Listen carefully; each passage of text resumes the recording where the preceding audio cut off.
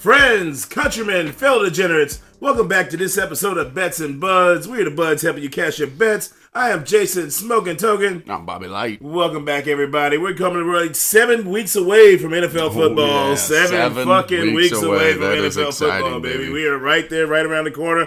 Hall of Fame game is going to be on August 1st. So we got some actual football. It doesn't matter, but it's just football that's on TV. 49 days exactly, yes, baby. 49 let's go, days. baby. Let's go. Let's go. So it's a great time of the year here. We got a little bit of open action we're going to cover today. A little Cardinals baseball. Then we're going to do our breakdown on the NFC East. A little bit of Blues action in there. Kind of get everything going here. But let's start out with the open, brother, because that's the live sports that we have going right now. That's about the only thing going on. Yeah, because baseball hasn't been out of their break yet. The AllStar Game. I guess we could talk a little bit about the AllStar Game. How the National League can't seem to fucking win ever. No, but at least the home field advantage doesn't seem to factor in whatsoever. I mean, Shohei Ohtani hit his 3-run bomb. We had one of the worst national anthems in the AllStar Game history. Yeah, that was bad. It was so bad, she had to check herself into rehab. Sent the bitch to rehab. But which seems weird, because us being purveyors of the bar as we are. And a little karaoke singer, and usually you do a little bit of your best work. Yeah, you see some of the drunk people sing the best ever, but I guess it's different on a professional level. Maybe she didn't have her ears in. It was a loud stadium, open air stadium, so I mean,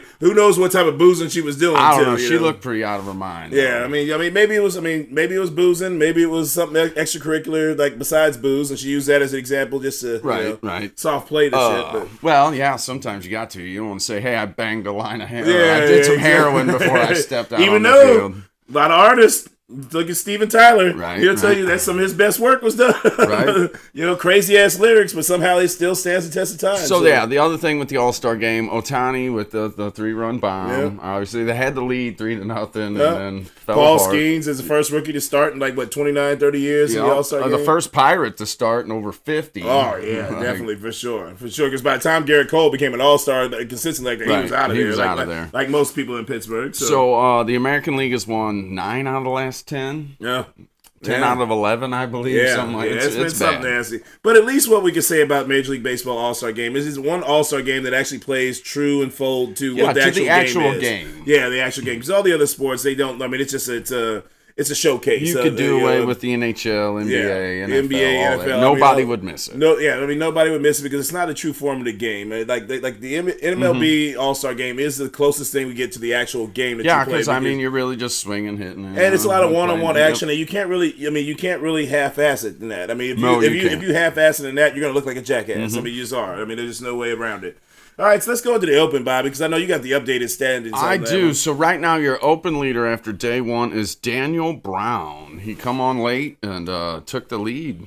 Okay, Daniel Brown, yes. With a -6 now. Which is with the way that tournament plays, that might actually be good enough to win that tournament. Right. Yeah, you can throw a couple 4, 5, 6s out there, and you're going to be doing really well. Problem is, if you hit one of those sand traps right there, it's an easy, you could lose 2, 3 strokes coming in. Because that's the one thing that I've always noticed about the British Open. They call it just the Open Championship now because it is the oldest golf tournament, the 152nd U.S. Open, or British Open, I mean. This year at the Royal Troon. Yeah, the Royal Troon. I know it was the other one they usually, was it Shinnecock? And then there's Shinnecock and St. Andrews. Yeah, St. Andrews. Yes, those are the other two. But they always have these deep bunkers, man, to where those are the worst bunkers to ever fall into because they're so deep. Because the courses are pretty flat overall. They're not as hilly as some of the courses that we get here in the U.S., so they're so flat. So when you get in those bunkers, man, I mean, you can't even see out of them half the time. You can't. You can't even see, you're barely seeing the top of the golfer's head from a TV view. So, I mean, I can only imagine trying to hit out of those bad boys. So, I mean, it's going to be interesting the next couple of days. Some noticeable other golfers. You got Justin Thomas at -3 right now. I mean, he's playing good golf today. He's got a chance. Scheifele, -2. Shoffley? How does that? Xander Shoffley? Yeah, that's it. Shoffley. Yeah, Shoffley. Because he actually broke through and won. Was it a couple tournaments ago? Scheffler at -1. Okay. And then you really start getting into the weeds. Koepka at 1, 2, Koepka was at -1 as well. And then DeChambeau was at +5. Yeah, so and then his running mate, other finalists up there, Rory, I think was at +7. So I mean, it's a rough one. Tiger was at +8. Tiger +8. John Daly +11. But I mean, it's a tough tournament because I mean, the weather-wise, I mean, we all know that the reason why nobody ever goes to try to conquer Great Britain and England and that territory, just in general, is the weather sucks. The weather's terrible. Nobody ever wants to conquer a country where the weather sucks. Let's take over somewhere where it's nice. So you've got a -6 as the lead, +12 as the low. So that's 18. stroke swing. Yeah. I mean, bye. Yeah, see you later. We'll see you. You know, because making a cut, I mean, you're gonna probably have to shoot +3 at least to make the cut. I would think at least have to. Yeah, shoot I think it's gonna probably be like +3, +4 at least to make the cut. So I mean, good luck on these guys and see what happens there. Right. Yeah, but so we got a whole full weekend of golf. Yes, to help us get us through until we get to that Olympic time and pretty much it's gonna be golf and baseball here until the Olympics start up in a couple weeks. Yeah, about a week and a half. Yeah, okay. Maybe a little bit. Less than a week and a half, actually, I think, because I think it's the end of next week. It's really not getting a whole lot of play. Yeah, I mean, well, it's the United States. I mean, if it's not here on our soil, they're not going to really drum it up too high and play up to it. So it's in Paris and everything. Yeah, but you're really not hearing a whole lot about the Olympics. But I'm excited. I love watching. Oh yeah, the Olympics is great. I mean, like I said, it's a once a 4-year deal. Actually, once in every 2 years now because of COVID. The way they pushed it back. So, but we do have teams have reported today. I did see C.J. Stroud putting his helmet on. The teams have reported? No, not all teams. So the Ravens and the Texans actually reported because they're playing in the Hall of Fame game. Right. So like that game is going to be on August 1st. So those two teams ran on the field with players in helmets and shorts and T-shirts. But August 1st, that's 2 weeks away. Yeah, baby, we're right there, brother. 2 weeks away. We're right there. Again, like I said, I mean, we're not going to give a shit about the game once it gets there, but it's still nice to know it's like right there, because once you see that like live on TV, field action, oh man, that is exciting. They just knows we just know it's right there. But before we get too deep in the woods on the NFL, let's talk a little Cardinals baseball. Oh yeah, second half is about to begin here. You know, Cardinals are 50-46. Yes, they are going into the break. 4.5 games back of the Brewers. Yep. They're second place in the National League. So you know what I mean. I mean, like compared to where they were at the start of the season, this isn't a bad place to be right now. This is a big turnaround. You figure since that 15-24 start, you're 35-22. That's pretty damn good. Yeah. I mean, you're not in a bad place right now. You play ball like that the rest of the year. You do that over that stretch, like you should make the playoffs. They'll be in postseason baseball. Yeah. If they keep this up. Because right now you're 3.5 games back of Atlanta for that first wild card spot. But we start them out in the series. Yes, we do. On Friday night. We start out 3-game series, so you could really close some ground there. You're half a game up on the Mets and 1 game up on Arizona. 2 surprising teams you really didn't think. Arizona was a surpriser last year. You got to watch Arizona them. was a surprise last year. Because they can be a sleeping giant that actually can make some noise in the second half too. So we'll have to see what happens there. No San Diego though. I mean they're right on the edge. But. Yeah, I mean they're right there on the edge. I mean it's San Diego. They're kind of one of those franchises. I mean, similar to how the Chargers were as far as as an organization. Always a good team. They're ready to knock and make some noise, but just can't really get it going. Absolutely. So they're 5-5 in their last 10. Which I mean, that's not great, but the Brewers went 3-7 over their last 10, so you were able to pick up. That helped them to stand pat there. So I was looking through the numbers today, and I was thinking of who would you say was the first MVP on the team?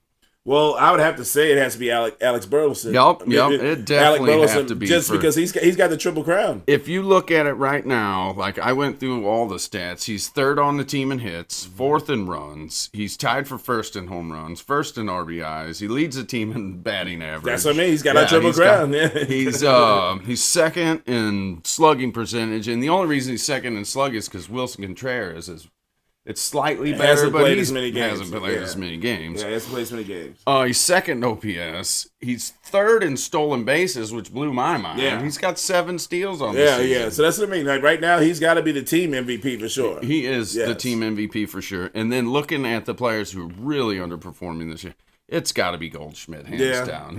He has to be the worst position player we've had so far. Which reiterates what I said, that they missed the boat last year when they had the horrible season. He came off his MVP season. They should have traded him when they had a chance. There was no higher value that Goldschmidt was going to have than what he had last year. The thing about Burley, too, is he might not take a whole lot of walks, but he makes contact. Yes. He's only struck out 46 times on the year. As opposed to Gorman, who's got 129 strikeouts, 83 more strikeouts in only 4 more plate appearances. That's the crazy part. That's what you call. That's the definition of sink or swim right there. That's man, the definition it's terrible. of sink or swim.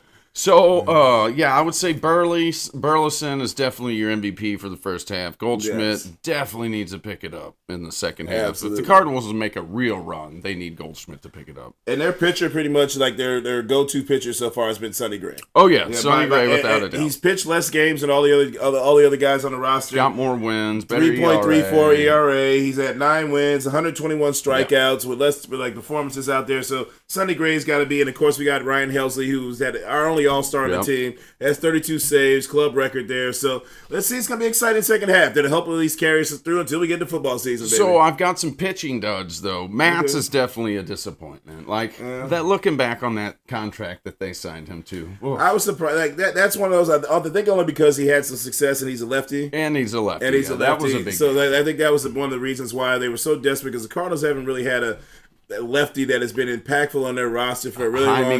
Jaime Garcia pretty much is like one of the last ones you can really think of any like major note that the team had like long-standing like relationship with. So. And as far as the bullpen goes, it's got to be Giovanni Gallegos. He's just been terrible. ERA of almost 10. Yeah, Gallegos, I hope if he doesn't pitch another game the rest of the season, we'll be perfectly happy. Which you actually, like with somebody like Gallegos, what I like to see, like sort of slide in, who's been a disappointment as a starter, is Matthew Liberatore. He's actually looked really good coming out of the bullpen. Oh, he really has. Yeah, he's looked good coming out of the bullpen. His ERA is under 3 so far. I mean, like him coming out of the bullpen, I actually like that. He only had to pitch a couple of innings. Having to start a game, it doesn't seem like that like fits his MO as a Major League Baseball player. But being a bullpen pitcher, I actually like what he has to come out of for his stuff. So we'll see. Also looking at the stats going through, you're probably not gonna get anybody to hit those baseball milestones for the Cardinals this year. No. You're not gonna get anybody to score 100 runs. Nobody's getting 200 hits. You're probably not gonna get the 40 doubles. Somebody more than likely will get the 30 home runs, but that's probably going to be your high. But you know what? Actually, I heard a stat the other day, and they were talking about offensive production in Major League Baseball. And this is like one of the first years that not a single team has a team batting average over 264 in like 40, 50 years. I mean, somebody said like there's not a single team with a batting, because it like all this launch velocity and all this stuff. Like I mean, there's so many like the analytics. Game has definitely changed. Yeah, the analytics in the game, because before it was like the analytics was to take away the hits, and then once they did that, they like the players never adjusted to all right. Let's like do situational hitting, ball placement hitting. Like there was all this launch angle and all that stuff. But now that you got guys playing true fielding positions now where they have these like dramatic shifts in the I imagine it probably would take the average down. So I mean, so it's gonna take a little bit of time, I think, for guys to start understanding that situational hitting, put ball placement when they're hitting the ball. Because I mean, there was a time of the day where like if you put a like major league hitter like Tony Gwynn, like Ryan Sandberg, like any of those guys like that. It didn't matter even how you played them. Even Ozzie Smith, like I mean, like after a certain point, Ozzie he became a wizard with the bat. Ozzie developed into a hell of a. He wouldn't strike out a lot. He could put the ball exactly where he wanted to, where he can either beat out a single, he can find those little holes in the offense, and we just like players need to get back to that. So right now, that's kind of a sad notion to know that there's not a single team in Major League Baseball with a team batting average over 264. That is kind of sad. I mean, even think about the batting averages, man. Like I remember being able to see guys batting 360, 370 at this stage of the season still. I mean, we're lucky to see somebody batting 330. Yeah, when we were growing up, somebody was always being talked about. Well, mostly Gwynn or one of those guys, but always like even deep into June, like is he going to hit 400? Yes, at least there was a whisper. We don't even talk about. We don't think about anybody hitting 400 anymore. We don't even think about it anymore. Well, that reminds me of 1987 then, because Tony Gwynn led the league that year with a 313 average. For whatever reason, batting averages were really suppressed that season. Yeah, I mean, who knows why? I mean, like the flows, ebbs and flows of baseball. Who knows? But I mean, that's why somebody like Juan Soto gets so much credit now, because he's such a good on base guy. And like once they started shifting towards that on base percentage over batting average, like you just kind of seeing that being something that's a lot more impactful in baseball now. Billy Bean. Yeah, I mean, that's I've never seen that movie. Yeah, I saw it on a plane one time, so I can't really say that I saw it because I watched it. Right. I had a couple glasses of scotch in the process, so who knows? Okay, so the Cardinals are definitely to wrap this segment up. They have to make some trades at the trade. Oh yeah, they got to bring in a pitcher, potentially a platoon bat. I say Carlson's got to go. Yeah, he definitely has to go. Hopefully in a trade package for, The talk around at least the local radio anyways, local radio and local scuttlebutt is potentially Logan Thomas coming back to St. Louis. Really? Making a swing trade for him. Because he can play center field. He's a better hitter than Siani. Definitely a better hitter than Siani. Not fielder though. He's not a better fielder. And honestly, and I haven't watched any Logan Thomas since he's left. Right. But I was not impressed with Logan Thomas when he was here. He got more than an opportunity while he was here. He did. I would not want to see Siani be pulled from center field over Logan Thomas. I would rather than wait for Tommy Edman. I'll have to look. I'll do it this week and see. I'll make a comparison between Siani and Thomas. But yeah, that is the rumor right now that Thomas could potentially be coming back. We'll for a couple of minor prospects, more likely. Yeah, well, I mean, like I said, there's pitching guys to be had out there. Are the Cardinals going to come off the prospects to acquire? That's the problem, and so that's why I thought about putting together a little list of guys, but it's so hard to even project what's going to happen as far as with who's going to get rid of who, what moves. Baseball trades are really funny. And they are because some teams want certain other teams' prospects way more than they want other teams' prospects. And so I mean, it's just so hard to predict as far as which way clubs are going to swing, what moves, who's going to be willing to give up who for what reason. So and you just had the draft, and they're bringing these kids in and starting to evaluate them now. So it's a hectic time in the executive quarters. Oh yeah, absolutely. It's a mid run for them, so they got to kind of reevaluate and go through the second half swing. And with them adding the extra playoff position, that's what's made a lot of people be contenders for a lot longer too. So you don't have as many sellers as you did back in years past. That is true. That is true. Yeah. All right. So I have one Blues note before we move on to the NFC East preview. The Blues signed Ryan Sutter last week. Okay. And that was a couple of days before it came out that Torrey Krug could potentially miss the season this year injury, with that pre-arthritic ankle injury. Yeah, I saw that. So supposedly he broke his ankle early in his career with the Bruins, and it's just something that will potentially get worse and worse and worse over his career. They're going to reevaluate him at the start of training camp. If it's still bad, he's having surgery, and he'll be out for the season. Okay. So that made sense with the Ryan Sutter signing. Because at the time when he signed it, it was like, why would you sign this guy? Right. He's 39 years old. He signed a league minimum contract plus incentives. But then you hear that Torrey Krug could potentially be out. And I guess when you got some young defenders like Matt Kessel coming along. And you still got Tucker. Yeah, you got Tucker. So, I mean, you're maybe add another veteran guy in there to get into the rotation and go from there. And, like I said, you only had to pay him $750 because the Wild and the Predators are both paying him not to play for them this year. Like $10 million combined. It's Welcome crazy. To the Blues, man. Welcome to the Blues. Welcome to the Blues. So that actually could work in our favor, though, because if Krug goes on that LTIR, that's $6.5 million off the book. So you're looking at $15 million that the Blues could have to play with. Yeah, that they could make another move, which like a lot of teams like the Vegas Golden Knights have taken advantage of the last couple of years. Tampa Bay did too. A couple of years. So they don't win their cups without taking advantage. Yes, exactly. Of that. So I mean, so it might be able to if the Blues are sitting there in playoff spot or potentially could make a run for it, that could impact any kind of trade they make later in the season. So absolutely. All right, so let's dive into. All right, we're getting this NFC East breakdown here. Bobby, there's a lot of people that they like to deer hunt, they like to turkey hunt. Yep. Pheasant hunt, all that other stuff. I'm not a hunting man out there in nature. I'm not a man of the wild. No, but this is what I call my hunting season. This is my hunting season. When the NFL season starts, I like to put that juice out there. I like that betting. I like to hunt for those big wins. I've been doing a lot of analyzing, breaking down. I'm in my year 3 now, going on actually year 4 of betting on games seriously. Yeah, we haven't really been at this for too long. Yeah, so going through, I've actually been doing a lot of homework research here. So this is my hunting season coming up here. So I'm excited about this. I've been doing a lot of homework, a lot of research. So we're going to dive into this NFC East. So who do you got leading the way here so far? I've got the Eagles. They have the Eagles at minus 110 right now to win this division. Is that through DraftKings? This was through a Vegas site, and I forgot to write it down. Yeah, see, I had minus 120 through FanDuel. Minus 120? Yeah, for minus 120. What was the over-under winning? It was sportsbet.com. Okay, sportsbet.com. Okay. And then they have Dallas coming in at 150, plus 150. Mm-hmm.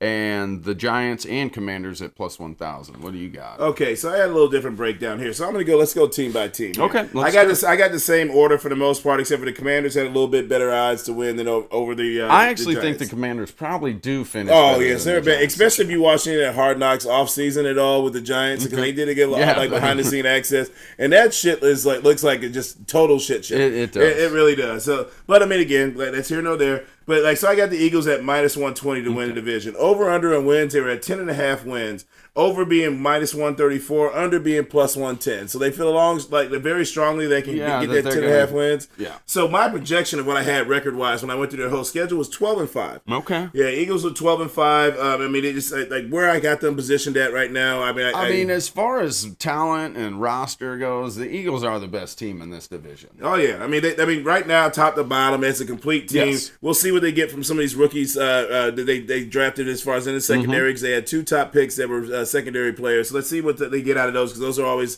kind of a wild card on how they adjust the NFL. The other thing I always want to see is the Kellen Moore effect.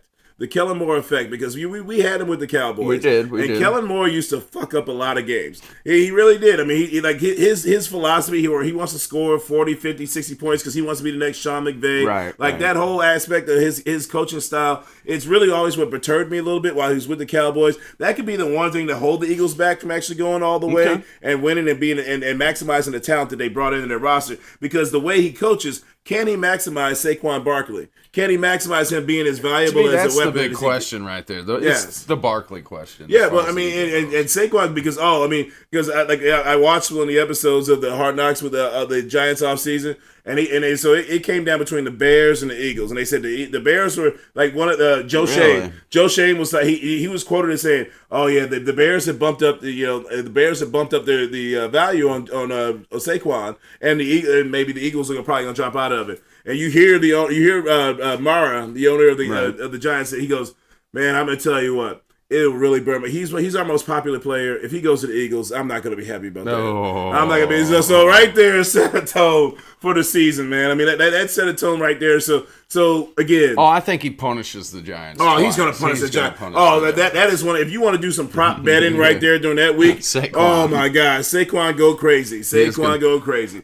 See, this was another one that kind of flew under. They signed Paris Campbell to come as their slot receiver this year too, and Paris Campbell's a decent receiver. Yeah. I mean, he's not going to set the world on fire. He's not. He's one of those guys. So he could be a poor man's Tyler Boyd. Okay. If I were to say that, like Paris Campbell would be like a poor man's Tyler Boyd, where he was that third receiver with the Cincinnati Bengals and was able to make an impact, make some plays, big moves at different times. I like that. Yeah. I like that. On defense, they brought in Bryce Huff. These are notable. Devin White and Gardner Johnson. So that defense, they brought in some more studs on that. Back. They brought in some studs on that defense. Devin White, let's see what he has left in the tank. Stud linebacker, won a Super Bowl with the Bucs, was a long time stud. And they're playing under Vic Fangio. So Fangio has always had a good reputation as defense coordinator. I don't know what exactly happened with Miami last year, where whatever his message was with that locker room, players didn't really want to respond to the way he played. Right. But we'll see what happens with the Eagles. Might be like you're in a town like Philadelphia, where there's a little bit more grit and grind, where these guys aren't dealing with the South Beach distractions. So he has prior history in Philadelphia, doesn't he?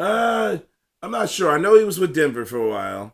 I mean, he's an NFL lifer, so he's been in for a long time. Director Dave can probably look that up. He's probably been assistant at some point and let us know as far as where Vic Fangio has been. That's what I had as far as a rundown with the Eagles. Okay, I could see that. I like the over on that one. Yeah, so I like the over on that one right there. I mean, and so does Vegas at this point.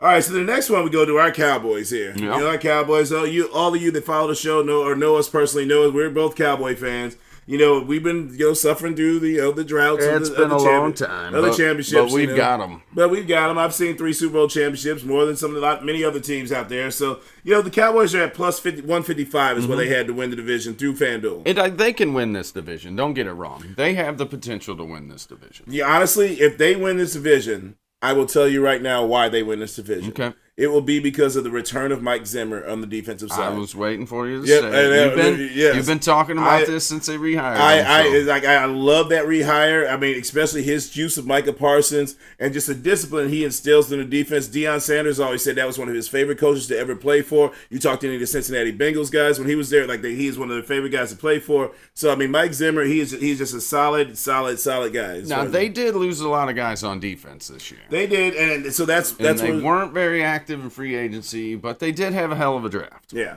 they did. And like I said, I mean, Also, too, so like I guess last year their draft pick out of Michigan, Mozzie Smith, they didn't use him much, but they said Dan Quinn's defense really wasn't catered to what he does as far as a defensive tackle. So with Zimmer there, maybe he gets a little bit more out of Mozzie Smith. Okay. Maybe we also lost a linebacker. We did lose the linebacker. There was a kid. It was Overshown. He was out of Texas, and they lost him at the beginning of the season last year, which they had a lot of promise on him. So if he comes back, he contributes the way they want him to. Their over-under win total, they were at 10.5 wins for the over-under win total. So plus 164 was the over. So plus 164. Plus 164. So Vegas isn't as bullish on that. And then under minus 205. Okay. All right. So here's where the kicker comes into play here. My projected record for them, honestly, as I went and broke it all the way down, was 9-8. Really? 9-8. 9-8, man. I mean, I went through the schedule top to bottom, and what I projected them to do was 9-8. Which again, I just not going to get it done for Mike McCarthy to stick around everything.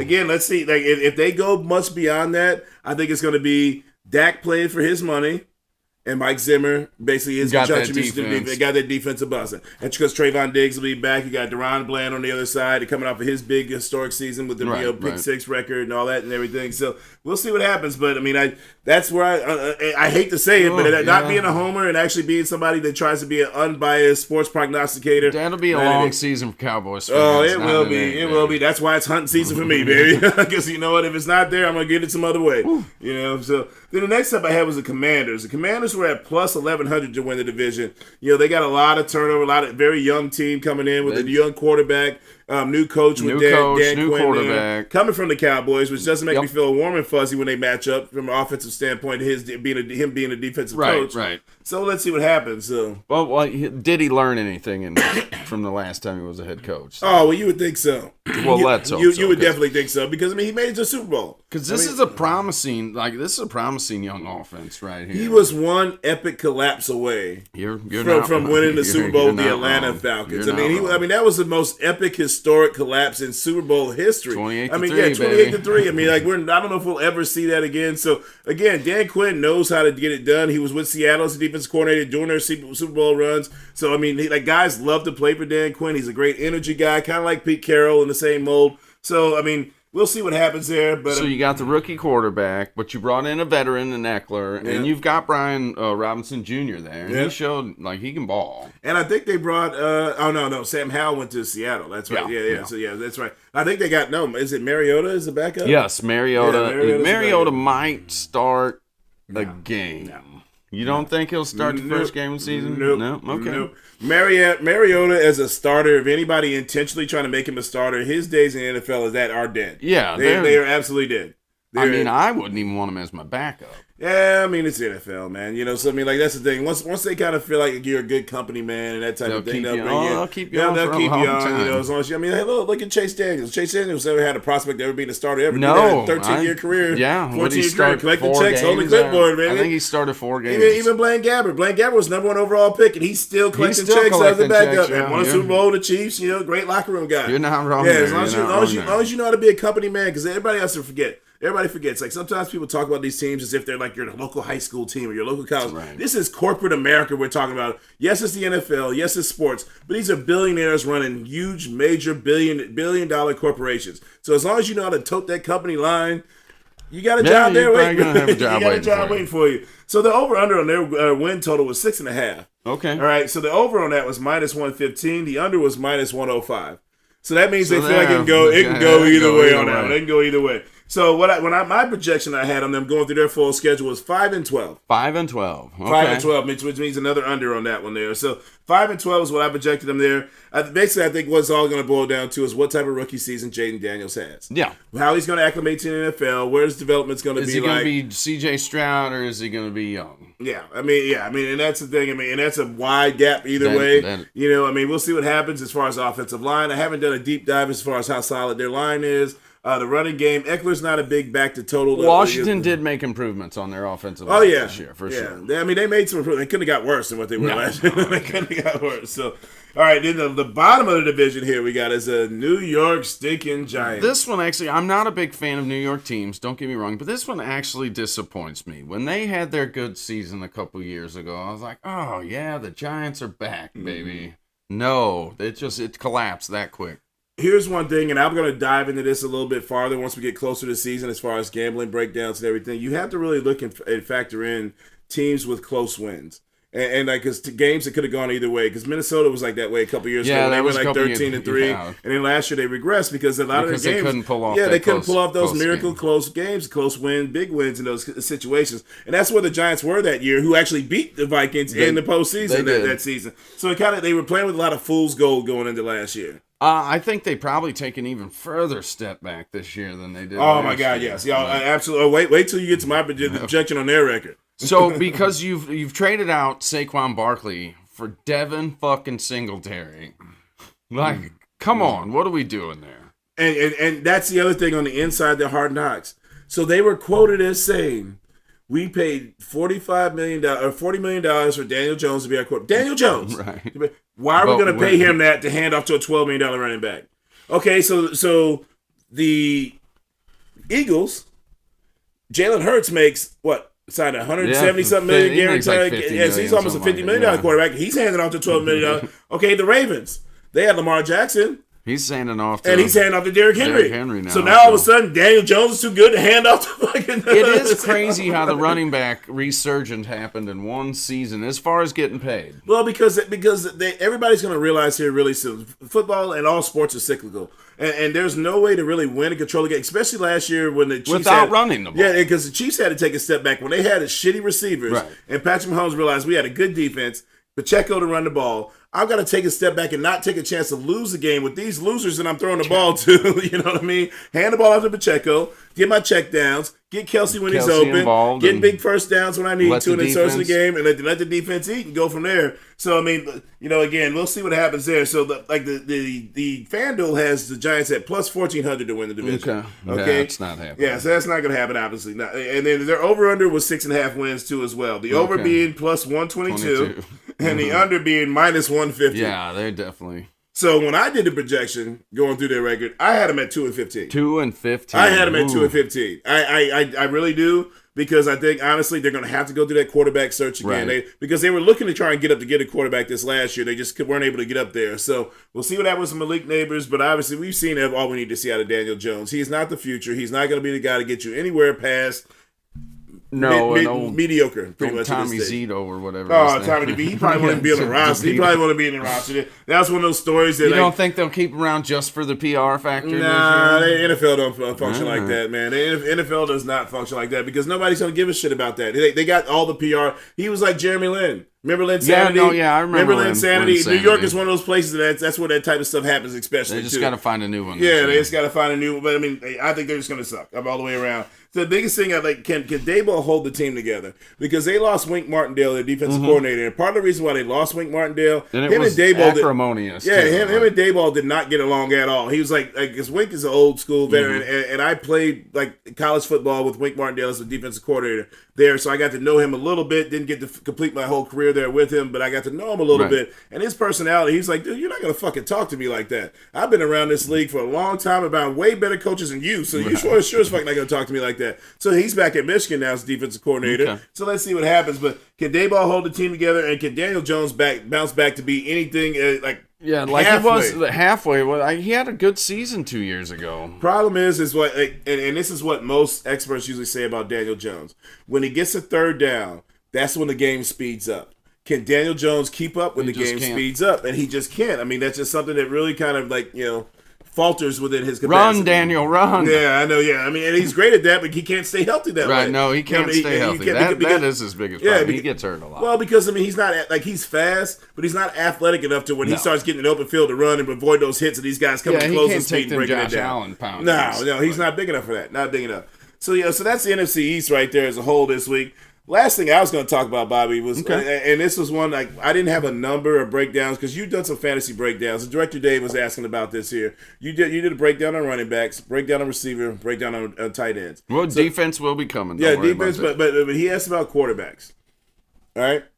So, you know my philosophy on quarterbacks. Yeah, draft them late. Anybody who knows fantasy football understands the rule with quarterbacks. If you spend, because my first few years I used to draft Peyton Manning when he was balling. I was guilty of it too. Oh man, and your skill position suffers so bad because of that. Because when you look at the point differential from the first to the 15th quarterback. It's not big. It's not big. But you look at the differential between the first and 15th running back and the first and 15th receiver, and sure as hell the first and 15th tight end. Right. It's a huge gap. So when you start going on quarterback, it's hard to break down, like, okay, who's going to be the top guy? Because you can go Patrick Mahomes. But then let's look at last year. Joe Burrow got hurt. Right. Aaron Rodgers got hurt. Kirk Cousins got hurt. They had, was it 66 starts? Or like 70 something starts from backup quarterbacks. Right, yeah, it was a lot last season. So I mean, honestly, the one year that I won a fantasy championship, I did a quarterback shuffle where I just honestly shuffled and rotated quarterbacks all season long. I won with Daniel Jones 2 years ago. Yeah, that's what I'm saying. So, like, again, I am not of the philosophy to draft a quarterback early. So that's why it's hard to really do like quarterback analysis in fantasy football because of that reason. Like, so Director David, you can maybe even pull that stat up that you can post up later on to put up the point differential from last year's season to the first quarterback to the 15th quarterback range. It is not huge. I mean, it is not huge at all. I mean, it is very, very small. So that's why we don't cover a lot of ends on the quarterback-wise from that aspect. So, yeah, we can throw some defensive projections. Yeah, I'll be coming up with some defensive projections because in our league, anyways, I mean, defense is going to make or break whether you're going to win or lose on Sunday. It definitely can. It definitely can. So the right defense is very subjective too, just because there's a lot of luck that's involved. I stream defenses, so I'm a defensive streamer. Okay, yeah. I mean, and that's the thing because it's a very subjective thing because you can't predict when a guy's going to get pick sixes or fumble recovery or a safety or any of that type of bullshit or a kick return for a touchdown because ours is not just defense, it was also the special teams. It takes in special teams as well. So. Yeah. So, but there we go. 7 weeks away, baby. 7 weeks, baby. 7 weeks away. Can't wait, baby. Oh, yeah. Can't wait. Oh, my God. All right. So make sure you hit that like and subscribe button. Add to the comment section. We had a lot of you comment last week. Shouts out to True on the Track. Give it up to Director Dave on the ones and twos. I am Jason Smoking Token. I'm Bobby Light. See you next week. Peace.